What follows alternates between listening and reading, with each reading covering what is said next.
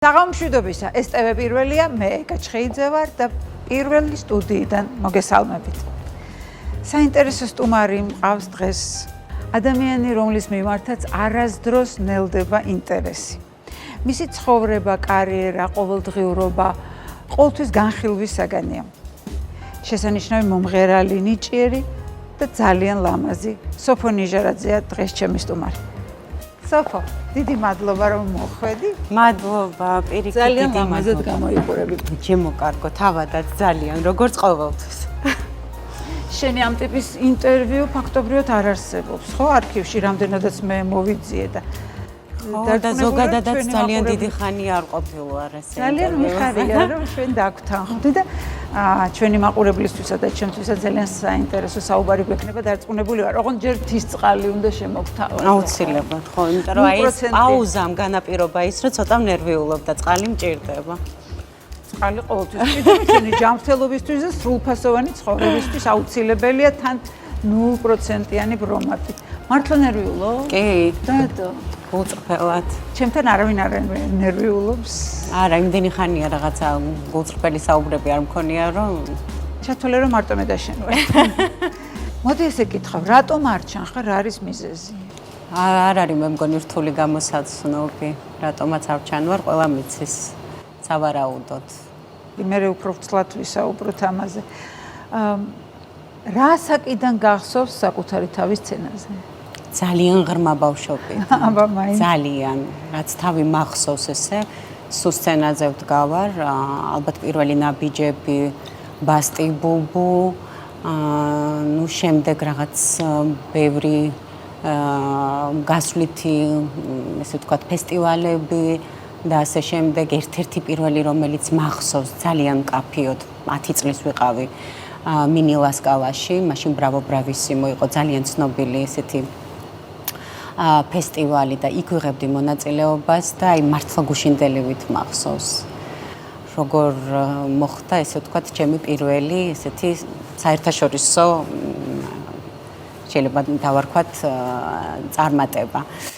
მე ძალიან პატარა მახსოვს. ხო, მე თანდათან ესე შევიჭერი ამ პროფესიაში. ფაქტობრივად სხვა არასდროს არ მდომებია რომ რამე სხვა პროფესია მქონოდა, აი ბავშვობიდან როგორც კი დავადგი ფეხი სცენაზე მივხვდი რომ ეს არის ჩემი პროფესია კი და ოჯახმაც ძალიან შემიწყო ამაში. აი ეს მინდოდა მეკითხა, როდის მივხვდი რომ სიმღერა არ იყო შენთვის გატაცება და იყო უკვე პროფესია რა, უნდა ყოფილიყო კიდევ. იცი რა, აი გულწრფელად რო ვთქვა, ალბათ ჩემი მშობლებისგან ვიგრძენი რომ აი თავიდანვე რომ მე ვიქნები ამ სფეროში. კი, რომ აი ამ პროფესიას გავყვები, იმიტომ რომ სხვაზე აი აბსოლუტურად მართლა არასდროს არ მიფიქრია და აი ამ ხელშეწყობის გამო ბავშვობიდანვე ავირჩიე ეს პროფესია. ამ გზაზე დაგაყენე. კი.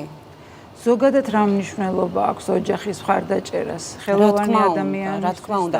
თან აი იმ დროს, როდესაც მაშინ ნუ 90-იან წლებში ძალიან პოპულარული იყო სხვა პროფესიები, ხო? ნუ მოდი ვთქვათ, რომ ეხლა ტრენდული მსახიობობა, მომღერლობა, რაღაცა ესეთი პროფესიები არ იყო. არ იყო კარგი ტონი, ესე ვთქვათ, ხო? და ამ დროს თითქოს პრესტიჟული იყო ექიმობა, იურისტობა, მაშინ იყო კიდე ძალიან მოდაში საერთაშორისო ურთიერთობები, ჟურნალისტიკა და ასეთ შემდეგ. დიპლომატია და რაღაც და აი მე უცბად რომ სცენაი ხო, ამიტომ დასაფასებელია რა თქმა უნდა, რომ ოჯახმა იმ დროს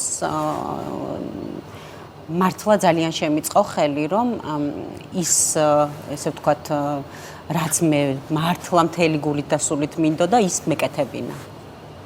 ზოგადად მუსიკალური ნიჭი საიდან მოგდის? ოჯახიდან?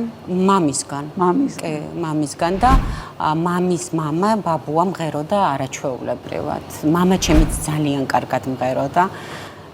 რაც უდია რომ აი იმ დროს არ იყო ესე ეხლა რო ტელეფონებით შეგიძლია ყველაფერი გადაიღო და დაფიქსირო და არქივი გვაქვს მარტო რა ვიცი ტელეფონებში უშველებელი იმ დროს არ იყო ესე რომ გული მწყდება რომ მისი ჩანაწერი არ მაქვს მისი სიმღერის მაგრამ აი მართლა არაჩვეულებრივად მღეროდა ფანტასტიკური სმენა ჰქონდა გიტარაზეც უკრავდა და ხშირად ერთადაც მღეროდით სხვათა შორის და კი მამის მხრიდან უფრო დედასაც არა უშავს სხვათა შორის კარგი გემოვნება და კარგი მსმენელია უფრო ვიდრე ეგეც ძალიან მნიშვნელოვანია მაგრამ მნიშვნელოვანია კი აი რომ არა მომღერალი დღეს არ ფიქრობ რა ვინ იქნებოდი ძალიან დარწმუნებით შემიძლია და დაუფიქრებლად ვთქვა რომ ექიმი რა თქმა უნდა იმიტომ რომ დედის კვალს გაყვებოდი დედა ექიმია, ბიძა ექიმია, ბებო ექიმი იყო და ნუ ამ სფეროს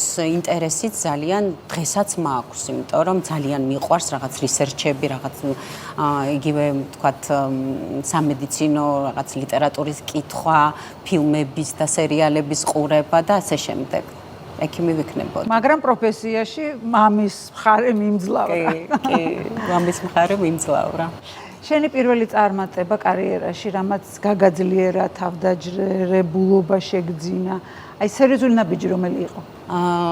ალბათ რომეო და ჯულიეტა, ფრანგი რეჟისორის მიუზიკლი, რამაც ალბათ განაპირობა ის რომ ძალიან შემიყვარდა ეს მიმდინარეობა მიუზიკლი ამოვირჩიე. და ასევე პიროვნულადაც ძალიან გამაძლიერა, იმიტომ რომ არ იყო ადვილი თავის დამკვიდრება, მიუხედავად იმისა, რომ მქონდა ფრანგი რეჟისორის და ქორეოგრაფის მხარდაჭერა და ძალიან მოვწონდი, მაგრამ აი მართლა რომ თავი დამემკვიდრებინა, რომ აი მეჩვენებინა, რომ მიმსახურებ და მიმსახურებ რომ ვიყო მთავარი როლის შემსრულებელი, ამისთვის ძალიან დიდი შრომა და რაღაცების მტკიცება დამჭირდა. და ამიტომ გამაძლიერა როგორც თქვათ არა მარტო პროფესიულად, არამედ პიროვნულადაც კი. ძალიან მნიშვნელოვანია. მიუზიკლი ნიშნავს ორ პროფესიას ფლობდე. მუსიკალურს და სამსახიობოსაც, ხო? და მეერე ავირჩიე უკვე რომ ჩავაბარე სამსახიობოზე. აი ამის შემდეგ ძალიან პატარა ვიყავი, მაშინ მუსიკალურ აკადემიაში ვსწავლობდი და შემდეგ უკვე გადავწყვიტე რომ აი თეატრი ისე შემიყვარდა, რომ რაღაცა აი სხვა მიმართულება მივეცი ჩემ მუსიკალურ თქვათ ნაბიჯებსაც. და აი ამან განაპირობა. თან თვითონ ეს რეჟისორი იყო ქორეოგრაფიც, და ამიტომ ფაქტობრივად გარდა სამსახიობო და მუსიკალური უნარებისა ძალიან უხვად იყო ქორეოგრაფია და ამაშიც რაღაცნაირად განმავითარა ძალიან. მე ამას მოყვა შენ ცხოვრებაში ამდენიმე მიუზიკლი ასე ხო? კარგად ახსოვს უკვე ქართულ მაყურებას.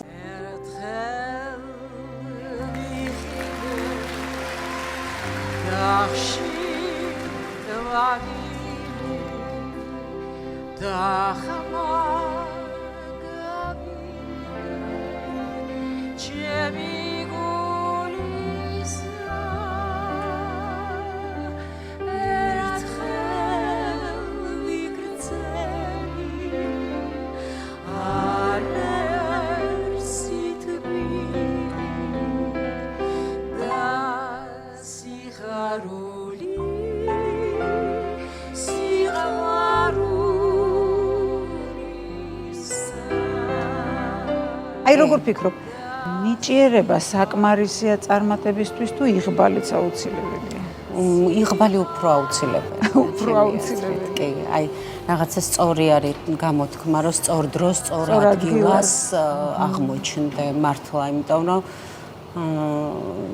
აი თქვათ იგივე რომეო და ჯულიეტას კასტინგზეც რო აღმოჩნდი და ძალიან ავად ვიყავი ის პერიოდი და საერთოდ ვერ მივდიოდი და შემდეგ აღმოჩნდა რომ იმხელა იყო მოთხოვნა რომ დაამატეს დღეები და დამატებულ დღეზე მივედი ფაქტობრივად ხო აი რაღაც გამიმართლა თითქოს იმის გამო მოხდა ეს ყველაფერი რომ მე მივსულიყავი აი მჯერა ეგეთ რაღაცეების რომ აი იმ დროს მოხდი ისეთ ადგილას რომ აი ესე უნდა ყოფილიყო კი რა თქმა უნდა გამართლება იღბლიანი ადამიანი ხარ ესე იგი მე ვთვლი რომ ვარ კი მე რამეში გამიმართლა ცხოვრებაში და ამიტომ მადლიერი ვარ სამყაროსი არ ვიცი მაყურებელმა იცის თუ არა ამის შესახებ, მაგრამ ფილმ იავნანამ რაქვნაში თამრიკო ჭოხონელიძის შესრულებული ცნობილი სიმღერის ბოლო ეპიზოდში, სადაც ძალიან ტკბილად და ჰაეროვნად ჟღერს პატარა ბავშვის ხმა.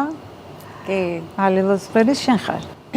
სულ ბოლოში ანგელოზების ხმას ვასახიერებ მე იესო დაბადებულა ალილო. იესო დაბადებულა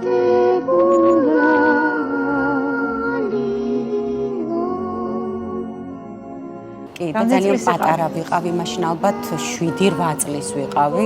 მუშაობის პროცესი გახსოვს? კი, კარგად მახსოვს სტუდია მელოდიაში, როგორ ვიწერდით და ჯანსუღ კახიძემ რომ მოისმინა, ძალიან პატარა ვიყავი მაშინ უკვე ქეთოსთვის და ისე მომწონსო ეს რომ როგორც ანგელოზის ხმა ესე უნდა დარჩეს ამ ფილმში და სულ ბოლო რომელიც ბევრჯერ მეორდება.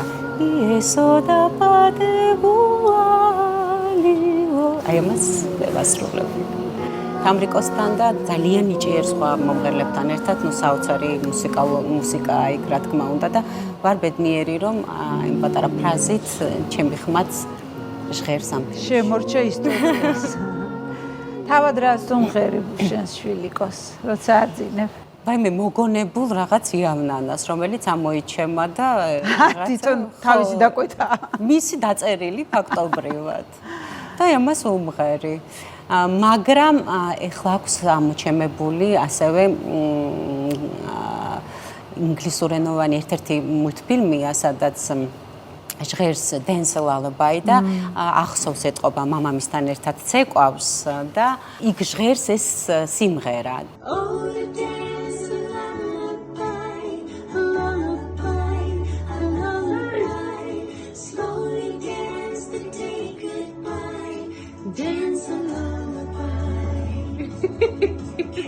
და ეთყობა რაღაცნაირად დამახსოვრებული აქვს და რაღაც აი ამ ბოლო დროს დაიწყო, რომ აი ის ჩამირთე მიშასთან ერთად რო ვცეკვავ, რა საყვარლები ვართ არა მეუბნება და ერთი 7 ჯერ ისმენს, სანამ დაიძინებს. ამბობენ რომ ალისა მამას ძალიან გავს.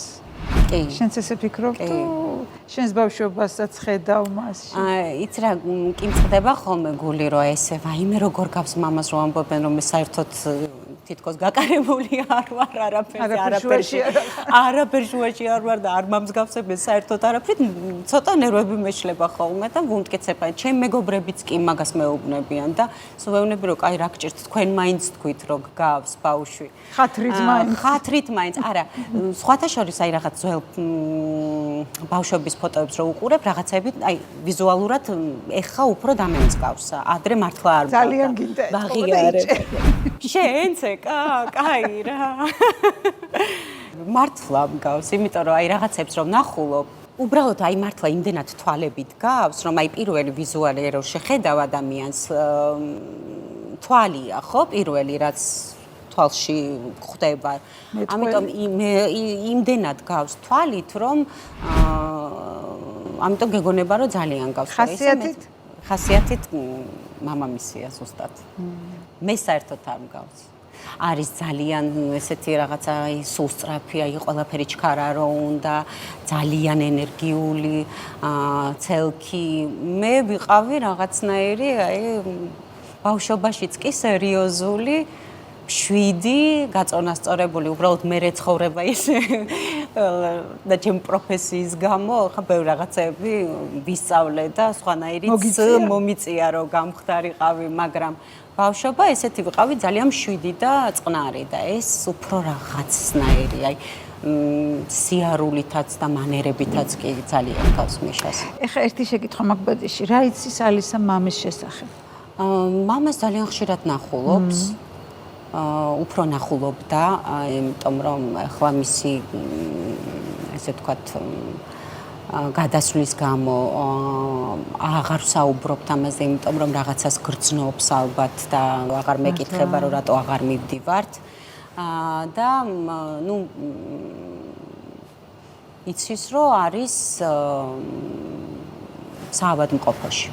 იმიტომ რომ თვითონ ნანახი აქვს ეს ხშირად დავდიოდით და ამიტომ ესე იცის მაგრამ რაღაც შეკითხვებს სვამს ხოლმე რომელზედაც აი თავს ვირიდებ რომ არ საიდანაც მაინც ანესმის ან რაღაცა მაინც ეს მე ჩვენ გვაქვს ეს რომ აი არ მინდა იმ დროს უყუროთ თქვათ ინფორმაციას როდესაც ბავშვი სახლშია იმიტომ რომ არ მინდა რომ რაღაც ინერვიულოს ამაზე, იმიტომ რომ ძალიან ემოციური როგორ იცავა ამ საინფორმაციო იმისგან? ვცდილობ რომ არ ჩავთო ტელევიზორი იმ დროს, როდესაც ბავშვი სახლშია, მაგრამ მაინც ვერ გაექცევი და დღევანდელ რეალობაში ეს ბავშვები ისეთი ინფორმირებულები არიან. ხო, ზოგადად აქსელერაცია ისეთი, რომ აი ძალიან ჭკვიანები გაჩნდნენ უკვე და აი სხვანაირები არიან.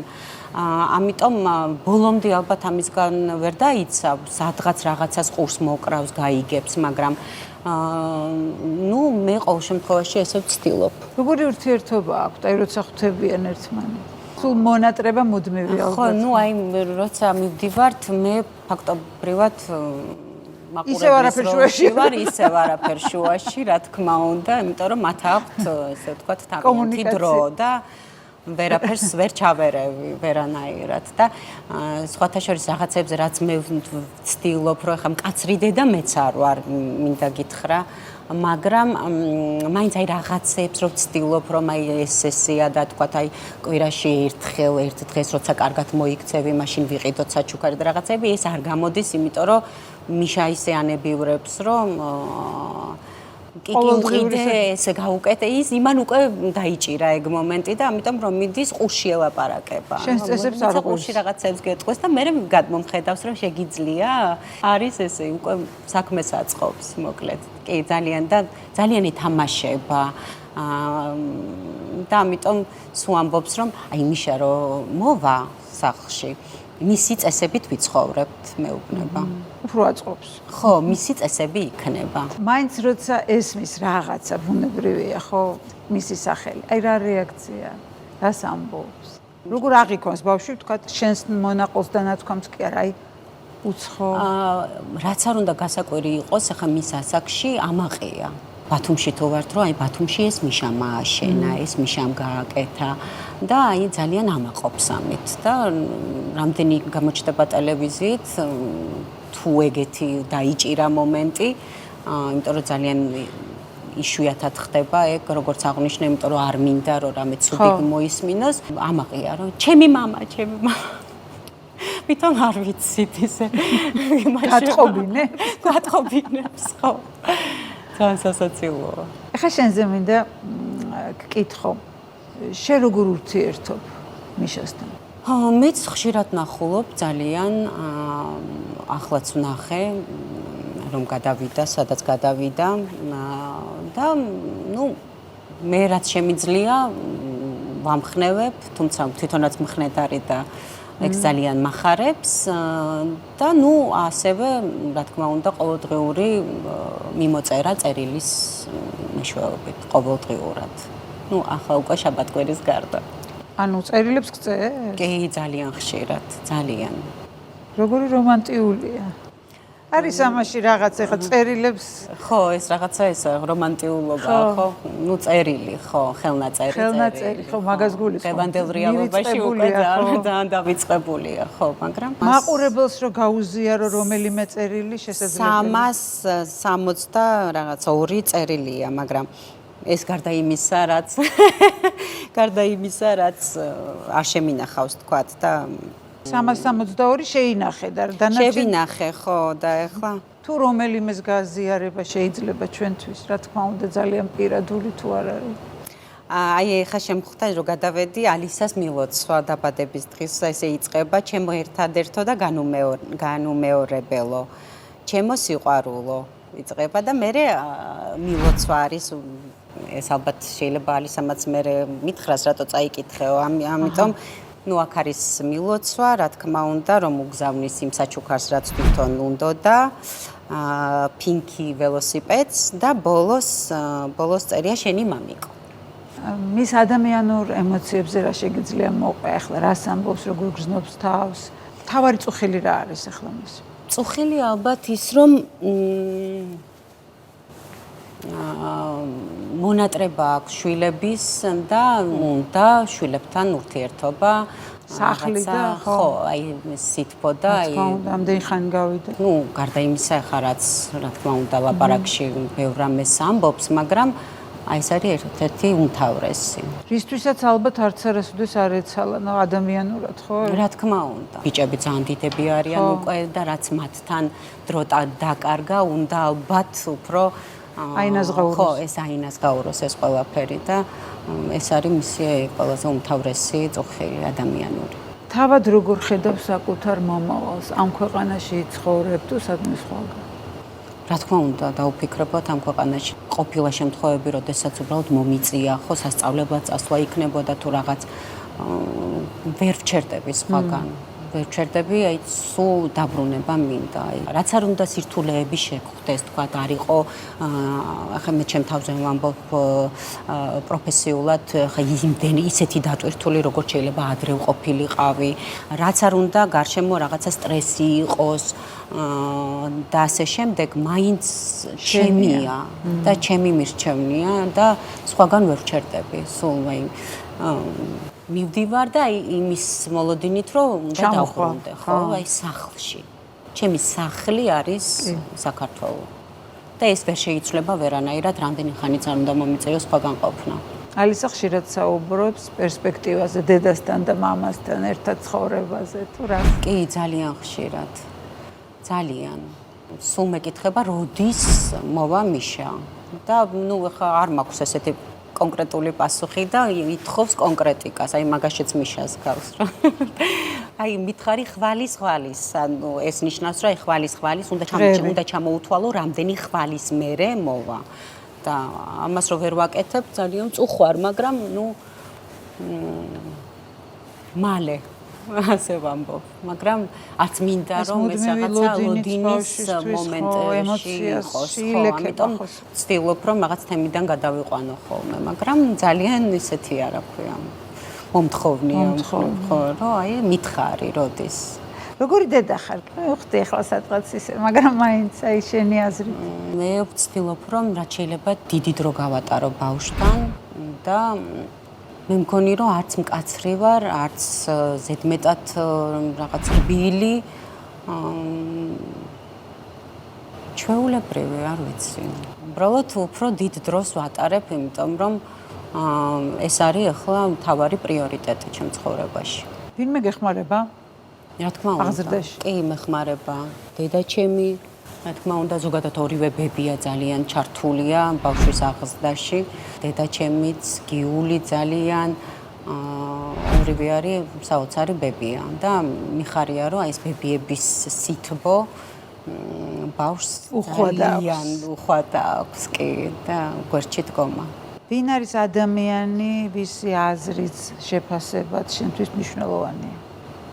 ბევრი ადამიანი არის. ჩემი მეგობრების აზრი არის ჩემთვის მნიშვნელოვანი, დედის, მუსიკალურად ჩემი პედაგოგის, დოდო დიასამიძის. მაგრამ დედა ალბათ მაინც ყველაზე მნიშვნელოვანია. შენი მთავარი გამოწვევა ახლა რა არის?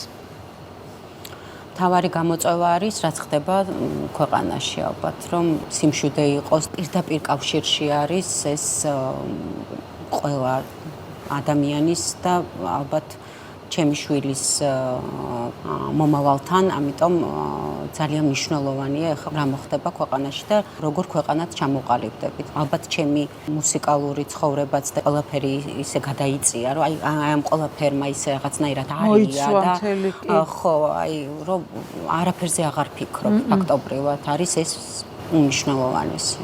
შენი პროფესიული ცხოვრება ახსენე და მაინტერესებს, როგორ ფიქრობ, შენი პირადი ცხოვრება არის მიზეზი იმისი, რომ შენ დღეს ნაკლებად ჩანხარ როგორც მომღერალი? კი, არის. პირდაპირ კავშირში. კი, რა თქმა უნდა, პირდაპირ კავშირშია. და ნუ ვერ გავექცევი ამას ვერანაირად. ეს არის მოცემულობა და ალბათ მე თვითონაც რაღაცა დრო მჭირდება იმისთვის, რომ ამით არ დავკომპლექსდე, ვთქვათ და რაღაც ისე ვეცადო, რომ სხვანაირად დავალაგო ეს ყველაფერი. ნუ მეც რაღაცა ალბათ მეტი მომეთხოვება უფრო, რომ არ ვიყო დამოკიდებული არავისზე. იმიტომ რომ მე ვისურვებდი მაგალითად, რომ ისეთი ქვეყანა გქონდეს, რომ არავინ აბსოლუტურად ჩემი სფეროდან არ იყოს დამოკიდებული სახელმწიფოზე და არ იყოს რაღაცნაირად აი პოლიტიკურ კუთვნილებაზე ხო, აი რაღაცნაირად მიმაგრებული, იმიტომ რომ ეს თუ არ მოირღვა, ხო, არაფერი არ გამოვა. ყველამ ჩვენი საქმე უნდა ვაკეთოთ ისე, რომ არ ვიყოთ სხვაზე დამოკიდებული და ნუ სამწუხაროდ სახელმწიფო ისე შვება, რომ ხდის დამოკიდებულს და მე ვისურვებდი, რომ ეს აღარ იყოს. მეტი თავისუფლება და ვინ ვისიანია იმის მიხედვით რომ არ ისაზღვრებოდეს არ იყოს ეს რაღაცა დიფერენციაცია მაგ კუთხით. ანუ შეიძლება ითქვას რომ შენ დღეს დაბლოკილი მომღერალი ხარ. კი, შეიძლება ითქვას, მაგრამ ნუ მეც არ მაქვს სურვილი, სიმართლე რომ გითხრათ, სურვილი მქონდეს მოწვევა, თქვათ, რომ რაღაცა ისე სახელმწიფო კონცერტებში რაღაცა ღონისძიებებში მივიღო მონაწილეობა ნამდვილად. არ მაქვს სურვილი. თუმცა ალბათ ჭკვიანები რა იყვნენ, დამირეკავდნენ და მეტყოდნენ, რომ მოდი, გამოდი და სათქმელი მაინც რაღაც ექნებოდათ, რომ ვპატიჟებთ, მაგრამ არ მოდის. მაგრამ რა თქმა უნდა, ამასაც არაკეთებენ.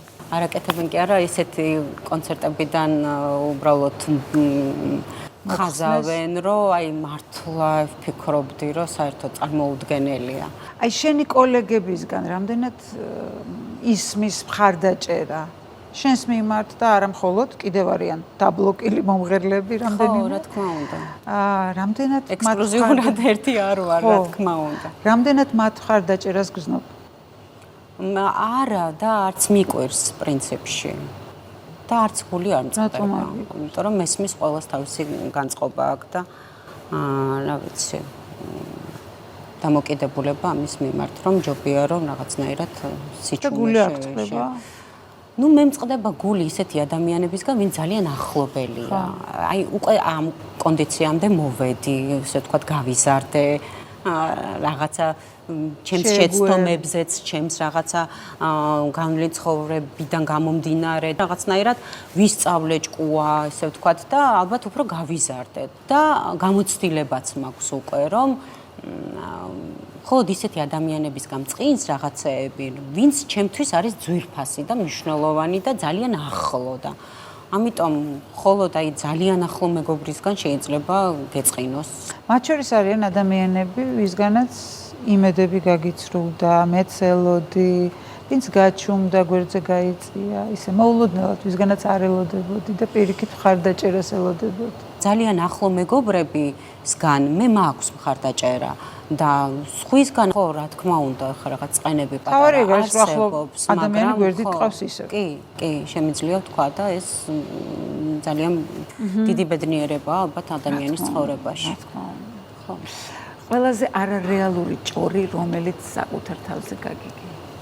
ვაიმე, რომელი ერთი ვთქვა?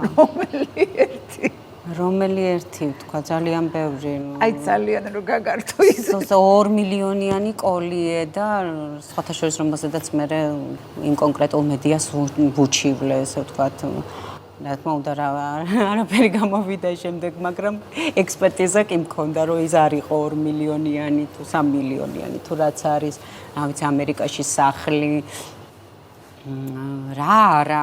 რამდენი რამე შეიძლება გავიხსენო, ნუ უხამს საშინელ ჭორებს საერთოდ არც ფიქრობ, რომ ვახსენო, იმიტომ რომ იმდენად რაღაც არარეალური რაღაცები თქვა, რომ მეგონა რომ აქამდე ვინ შეიძლება დაეცეს, რომ ეს დაიჯეროს, მაგრამ რაღაცნაირად არარეალურის ალბათ უფრო გჯერა. ამიტომ ძალიან ბევრია ისეთი, რომელიც ბარათაშვილის ხიდის გუმბათი აქვს, ხოსოფო ცხოვრობს და ნუ აი რაღაცა სადაც გაიხედავდი, ყველგან რაღაცა საცხოვრებელი მქონდა თუ სასახლე და რა ვიცი.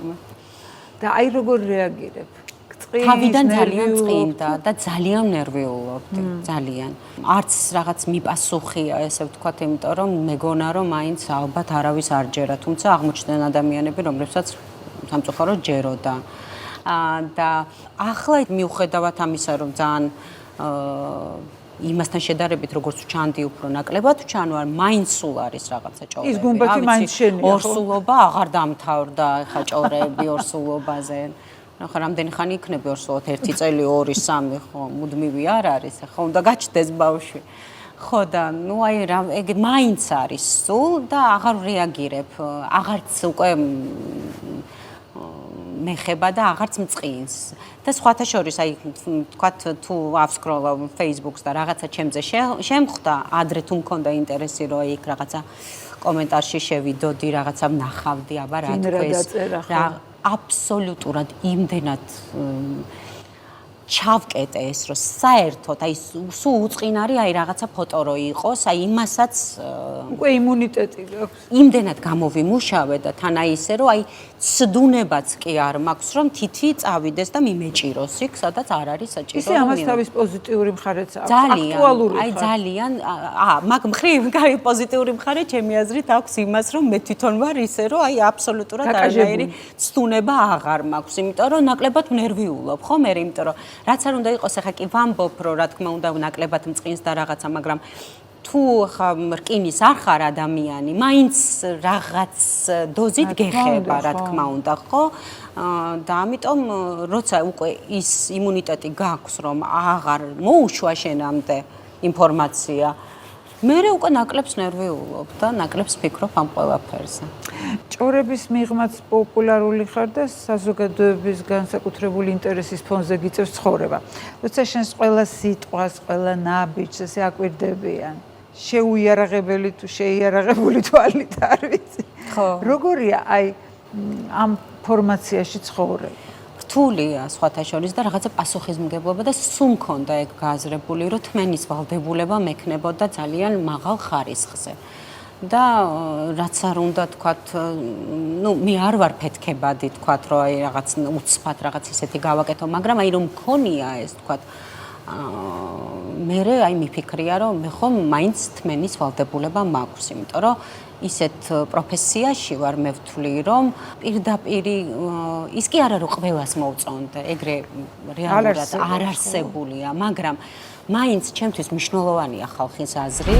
ხალხი არის ჩემი მსმენელი, ჩემი მაყურებელი, ხო და რა თქმა უნდა მნიშვნელოვანია, რომ მათი აზრი გავითვალისწინო. ამიტომ ვცდილობ, რომ ნაკლებად შევიდე რაღაც აი ესეთ პოლემიკაში. ხო, შეიძლება ესე დავარქვათ. პასუხს თქვათ კიდე პასუხი მოსდევს და აღარ დამთავრდება და აი სადაც მივდივარ მართლა ვგრძნობ ხალხის სიყვარულს და მინდა ეს რომ შევინარჩუნო მართლა, იმიტომ რომ ეს არის ჩემთვის ყველაზე დიდი ბედნიერება. შეიძლება ერთი თვე არაფერს ვაკეთებდე, თქვათ, უფრო მეტიც, რაღაცნაირად პასიური ვიყო, მაგრამ რო გავდივარ სადღაც და ჩემთვის სრულიად უცხო ადამიანი რომ მომეფერება, ამით ვცხოვრობ მე, რა ვიცი, რამდენი ხანი, ხო? აი მყოფნის ეს, იმიტომ რომ ვგრძნობ ამას და ამიტომ პროფესიაც ეგ არის. ამიტომ ეს ადამიანები ხო სხვადასხვანაირად ფიქრობენ, ამიტომ ის კი არა რომ თქვათ, აი ყველას რა თქმა უნდა ვერ მოერგები, მაგრამ ვცდილობ რომ ნაკლებ ადამიანს ვაწყენინო. ჩვენი პროფესია ამას მოითხოვს და ითვალისწინებს, მაყურებლისთვის ვარსებობ. რა თქმა უნდა, მაყურებელია ყველაფერი ჩვენთვის. შენი ყურადღების ცენტრში ყოფნის ნაწილი ასევე არის მიშაც. მიშაც, კი. ყოველ პროფესიას უნდა ვაბრალებთ, ხო? გიწევს რამეზე უარის თქმა ამ ყურადღების გამო? კი, რაღაცებზე მიწევს. უარის თქმა არ დავკონკრეტდები, მაგრამ არის რაღაცები, რაზეც თქვათ გამithვალისწინებია იმის გამო, რომ თქვათ იგივე მიშას რაღაცნაირად არ შეეხოს, თქვათ და ასევე ბავშვი დავიცვა, რა თქმა უნდა. არის ესეთი მომენტებიც და ვითვალისწინებ. შეიძლება ყოველთვის არ გამომდის, მაგრამ ყოველ შემთხვევაში ვცდილობ, რომ ესე გავაკეთო. ეხლა ცოტა ფინალისკენ მინდა წავიდეთ. მიუხედავად იმისა, რომ პატარა ხარ. საკმაოდ საინტერესო. მაგრამ მადლობა, კარგი კომპლიმენტი იყო. მიუხედავად ამისა, საკმაოდ საინტერესო და ღელვარე მრავალფეროვანი გზა გაქვს გამლილი. კი. ცხოვრებამ რა გასწავლა? გამოცდილება მომცა. ჩემს შეცდომებზე მასწავლა. ბევრი რა მომცა და ვფიქრობ, რომ კიდევ ბევრი რაღაც წინ მაქვს. ამიტომ მთელი ჩემი გამოცდილებით უკვე სხვანაირად წავიყვან. ის გათვალისწინებით, რადგან ცხოვრებაა ყველაზე დიდი მასწავლებელი. დრო, ცხოვრება, გამოცდილება, შეცდომები, შენია ეს ყველაფერი და ამაზე ვსწავლობთ. შენი რეპერტუარი და შენს ცხოვრებას რომელი სიმღერა გავს? რომელი სიმღერა გავს? ძალიან რთული შეკითხვა დაგიჭირა. რთული შეკითხვაა, იმიტომ რომ ისეთ სიმღერა მომგონდა ეხლა, რომ არ მინდა რომ ეს გავდეს, ხო, არც მინდა რომ გავაჟე. აი პირველი რაც მომივიდა ხა თავში, არ მინდა რომ ეს გავდეს. ამიტომ ალბათ არ შემიქმნია ჯერ კიდევ ის მთავარი სიმღერა და იქნება მომავალში, რომელიც დაემსგავსება ჩემ ცხოვრებას. იმიტომ რომ ზოგადად აი მართლა ჩემი ჟანრიც ხო უფრო რაღაცა ისე სევდიანი სიმღერებია, რაღაცეები და სხვათა შორის როლებიდანაც გამომდინარე ცოტა ხნის წინ დავფიქრდი, რომ იმდენად იმოქმედა ყველაფერმა ჩემ ცხოვრებაზე, რომ თითქოს რაღაცეებში დავემსგავსე, თქვა და რომ ხო, აი რაღაცები წამოვიღე და ასე შემდეგ.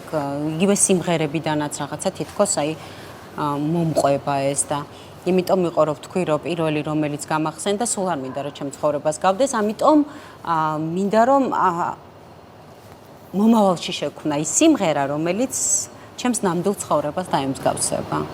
და თამამად შემეძლება ვთქვა, რომ აი ეს არის ჩემი სიმღერა და იქნება ბევრად უფრო ლაღი, თავისუფალი და ბედნიერი ხო. თუმცა ეხა ჩემი პროფესიიდან გამომდინარე და მიმართულებიდან გამომდინარე სევდიანი სიმღერებია ყველაზე ლამაზი მოსასმენი, ხო? მაინც ყველაფერი სიყვარულზეა, რაღაცა, მაინც უფრო დრამა და არ მიყვარს ცხოვრებაში დრამა ქვინობა და ამიტომ მინდა რომ მომავალში ვისურვო შეიქმნას ის სიმღერა, რომელიც ჩემი ესე ვთქვათ საუნდტრეკი იქნება. სცენის გარეშე წარმოგიდგენია შენი ცხოვრება? არა, ალბათ. არ წარმომიდგენია, კი მინატრია ხანდახან რომ აი სხვა პროფესია მქონოდა რაღაც, იმიტომ რომ რთულია, არ არის ეს პროფესია ადვილი, თუმცა უბრალოდ ვერ ვიარსებებდი. რაც არ უნდა თქვათ, პაუზები არსებობდეს ჩემს ცხოვრებაში. მაინც თუნდაც აი სახლში მოვაწყობ კონცერტს და ჩემს არა, სხვათა შორის ეს პაუზები არ მეგობრებთან მქონია ეგეთი მომენტებიც, რომ ძალიან აი სალონურად ვიკრიბებით ხოლმე. ეხლაც კი და მღერი. ჩემი კონცერტია ხოლმე სალონურად ჩემი მეგობრების წრეში, ხშირად ვაკეთებ სხვათა შორის გიტარით, ჩემი მეგობარი ლუკა მოდის და ესე საღამოები გვაქვს ხოლმე და ჩვენ ძალიან ანუ ვიწრო წრეს ძალიან სიამოვნებს და სულ მეხვეწებიან, რომ იქნებ რაღაცა უფრო გავაფართოვოთ ეს, რომ სხვაც ვასიამოვნოთ. მეც დამპატიმრე. აუცილებლად. ერთი შენი მეგობარი ამბობს, რომ მანქანაში ხშირად ვღერი. კი. ხმამაღლა. მთელი ემოციით და მთელი საცობში კარგია. ხო და თან ახლა ისეთი საცობებია, რომ цота მერიდება ხოლმე, მაგრამ მქონია მომენტები, რომ ტაშს მიკრავენ გვერდით მანქანიდან და ამიტომ ეთყობა ეს ეხა ჩავიჭირე და ამიტომ სიამოვნებს, რომ მაყურებელი ვიშოვე გვერდით მანქანაში და ამიტომ ვაკეთებ ხოლმე ხშირად ესე კი. ალისკა მღერის? თვითონ ალისკა მეგონა რომ არ მღეროდა და ამაშიც მამამის გავდა, მაგრამ აღმოჩნდა რომ სმენა აქვს. და ნახოთ, აბა ეხლა ბოლომდე ვერ ხვდები, იმიტომ რომ დიდად ინტერესი არ აქვს, ამიტომ ხშირად არ მღერის. მაგრამ რასაც მღერის, სწორად მღერის. ამიტომ არ ვიცი, რა პროფესიაც უნდა ის აირჩიოს, კარგად იყოს და ბედნიერი იყოს თავის პროფესიაში. მე ნამდვილად არ ჩავერევი არანაირად. თვითონ იპოვის, კი. შენი ცხოვრების მთავარი შეხვედრა? ალისა. თვალებიდან არა მომდის, როდესაც დავინახე ეს პატარა მოგვაჩნდა. რა თქმა უნდა, ეს არის პირველი შეხვედრა შვილს. პირველი შეხვედრა შვილთან არის თავარი შეხვედრა. გაუთხარი. სიტყვებით მართლა ძალიან რთულია, რომ ბევრი უნდა ვიფიქრო, ალბათ, რომ აღწერო ზუსტი ემოცია, რაც იქ იმ წამს ვიგრძენი. და ჩემი გადაცემის ბოლო შეკითხვა, შენი ცხოვრების მთავარი ამბავი? ნუ მე ვფიქრობ, რომ მაინც მთავარი ამბავი ალბათ მიშასთან შეხვედრა იყო. იმიტომ რომ საერთოდ არ უნდა ვყოფილიყავი იმ დღეს იმ ადგილას და ესე მოხდა უბრალოდ და ამან განაპირობა ისიც მე რომ მთავარი შეხვედრა კავშირში არის ალისასთან. ესეც იღბალი. ალბათ. ძალიან საინტერესო პასუხებისთვის, საინტერესო ინტერვიუსთვის დიდი მადლობა. წარმატებას გისურვებ, ბედნიერ მომავალს გისურვებ. როგორც შენ გინდა ესეთი ცხოვრება გქონდეს. ძალიან დიდი მადლობა. დიდი მადლობა. მაყურებელს კი შევახსენებ, ჩემი სტუმარი იყო მომღერალი სოფო ნიჟარაძე, მე მომავალ კვირამდე გემშვიდობებით, დროებით.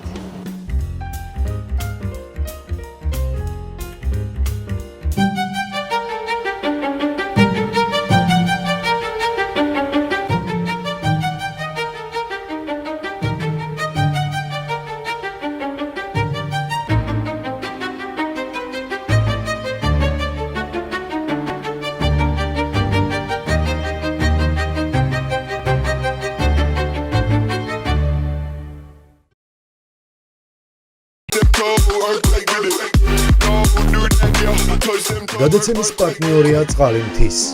იცხოვრეს სრულყოფილად.